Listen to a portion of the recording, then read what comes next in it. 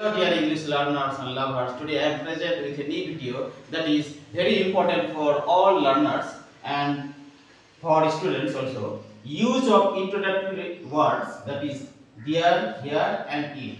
এই there, here এবং it এর ব্যবহার অনেক সময় আমরা সমস্যায় পড়ি ব্যবহার করতে, তার ইউজটা করতে।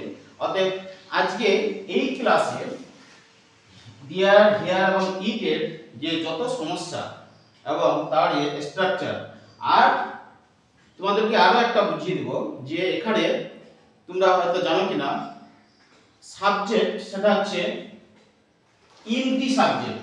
ইমটি সাবজেক্ট কাকে বলা হয়, ইমটি সাবজেক্ট কাকে বলা হয়, তারপরে নশনাল সাবজেক্ট কাকে বলা হয়, তারপরে ইম্পার্সোনাল প্রোনাউন কাকে বলা হয়।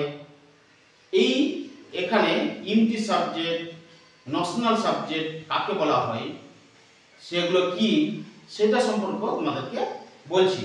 অতএব যদি এই ক্লাস আপনাদের ভালো লাগে তাহলে অবশ্যই আমার চ্যানেল সাউন্ড ইংলিশ একাডেমি অবশ্যই সাবস্ক্রাইব করুন এবং পরবর্তী ভিডিও পাওয়ার জন্য আপনারা এই ভিডিও এই ক্লাস থেকে এই পাওয়ার জন্য আমাকে কি ধরনের ভিডিও পেতে চান কমেন্ট করবেন, আমি সেই ধরনের ভিডিও তোমাদেরকে দিব।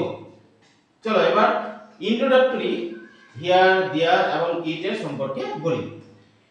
বলছে sometimes we cannot make an intelligible sentence without the use of a, there or it or here. In the beginning there, here এবং ইট ব্যবহার না করে আমরা অনেক সময় যথার্থ সেন্টেন্স গঠন করতে পারি না। যদি এইগুলি সাধারণত সেন্টেন্সের প্রথমে বসে তবে কোনো মানে প্রকাশ করে না।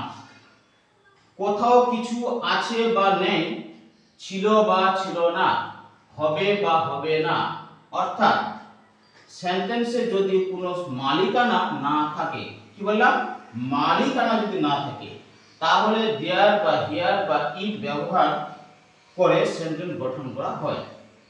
এই দেয়ার বা হিয়ার বা ইট কে ইন্ট্রোডাক্টরি ওয়ার্ড বলে।